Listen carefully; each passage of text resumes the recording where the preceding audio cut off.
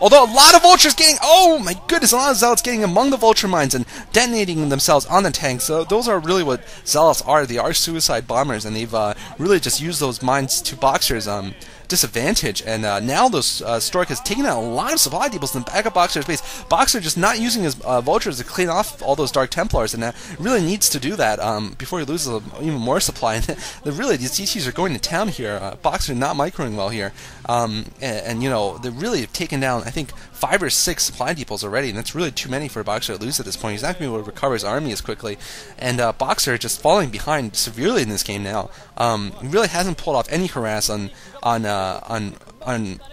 Stork, and really has been quite behind himself. He does have a level 1 armor up for his mechanized units right now, and Stork just dropping quite well this game, and just forcing Boxer to stay in his corner of the map. And now Stork going for an attack at the 3 o'clock position. I don't think Boxer has anything to hold this. Stork now bringing his army here, and Boxer just has vultures to go and defend, and vultures are not going to be enough against this force of cloaked dragoons and zealots. Especially if Boxer isn't so lively with his scans as he hasn't been this game. And yeah, I'm thinking that Boxer is actually going to sacrifice this. No, Boxer actually moving from the north with about a dozen vultures, but actually he is going for to try to defend this here. A lot of unfortunately for them, the mines I think took out a number of his own tanks. So Boxer really getting hoisted by his own petard here. The petard being an old-fashioned grenade in the Middle Ages, and in this game it being the vulture spider mines. In any case, now Boxer is going to reclaim this expansion, but at great cost, and he doesn't have any Goliaths with him, so this Arbiter is just free to run away here.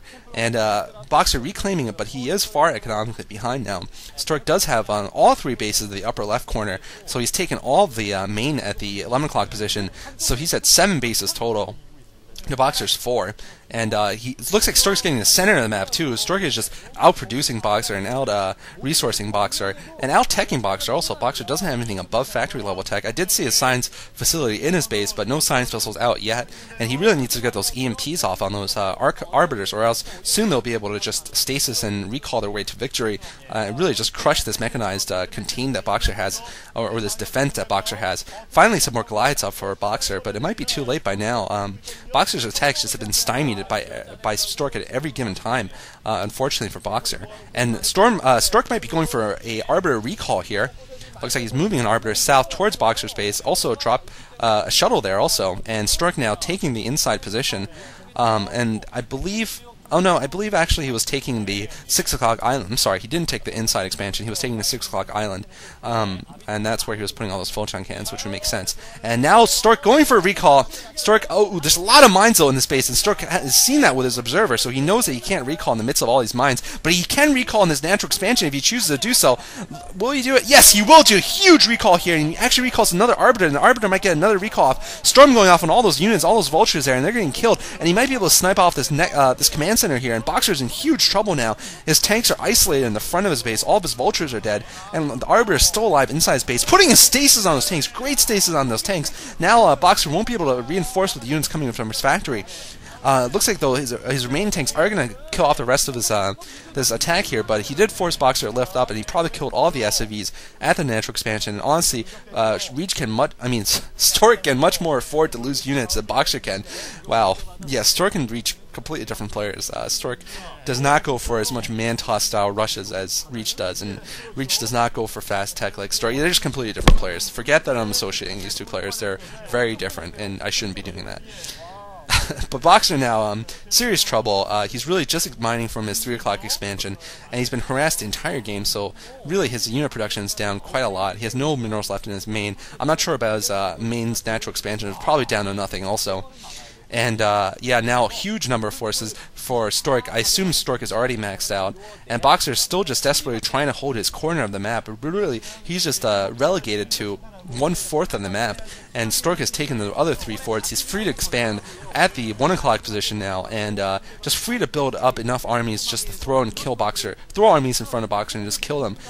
You know, and Boxer really just unable to break out in the early part of the game, and just really being too defensive, being surprisingly defensive against Stork, perhaps fearing Stork's early game play too much, because I felt that Boxer had several moments when he was economically at par or ahead of Stork, and now Stork going in for the finishing kill here.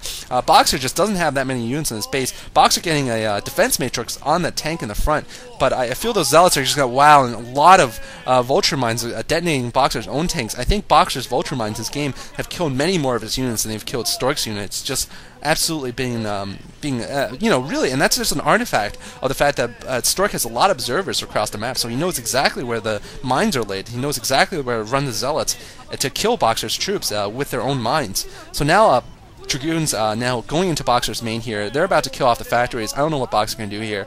Unfortunately, Boxer is going to lose this game, and it looks like Samson Khan is going to take the series 3-1.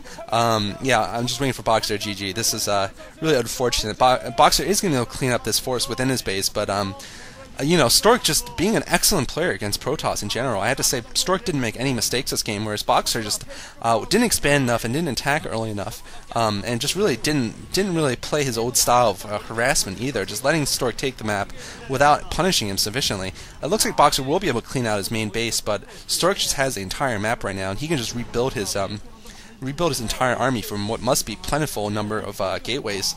Looks like he has got another large 24 troops there. It looks like he does have a huge number of gateways, and also getting a lot of stargates, perhaps going mass arbiters or even carriers. I haven't seen a fleet beacon yet though, so I assume just a lot of arbiters out of 3 stargates. And picking up expansions left and right. Really, Boxer is just down to his quarter of the map, and that quarter of the map is quickly getting mined out, I'm sure. Boxer holding off attack upon attack, but really that's not going to be enough in the end, unfortunately.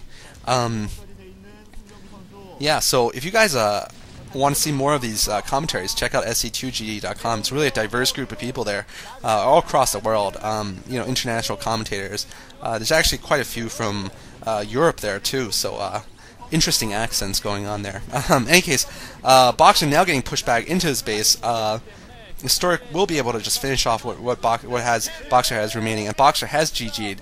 So I hope you guys have enjoyed this commentary. I'm going to try to cut this short a little bit because I am a little busy today. I've just done 4 casts. But Boxer, unfortunately, not able to defeat Stork. Stork just playing really well. And Airforce goes down to Samson Khan. Although the fact that they managed to avoid a blowout is quite impressive. And I really have to say the 2v2 game was quite impressive last game.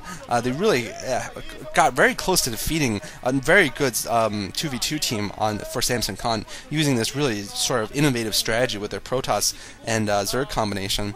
Airforce looking a little defeated, but they really tried their best, and I have to say Boxer didn't make that many big mistakes in this game, just wasn't aggressive enough in the early game. But if you need consolation, guys, you can check out the rest of my videos, such as the 2 Pimpus Play videos that I just put up, where Boxer completely destroys a Zerg player and a Protoss player. And if you need some consolation, just watch those, and remember, Boxer will return one day from the military, and he will one day come back, and I think he will one day reign again. At least I really hope so. So I hope you guys have enjoyed watching this series. It's been a fun day commentating for me, and yeah, let me know of what I can do better and what other classic series you like to see. And we can see here the Air Force players still giving their salute. All of them are veterans in a true sense. They are all older players, and they all have been through the military service, so good for them, Samson Khan looking pretty happy too. So good game, guys. Thanks for watching. This is Cholera signing off.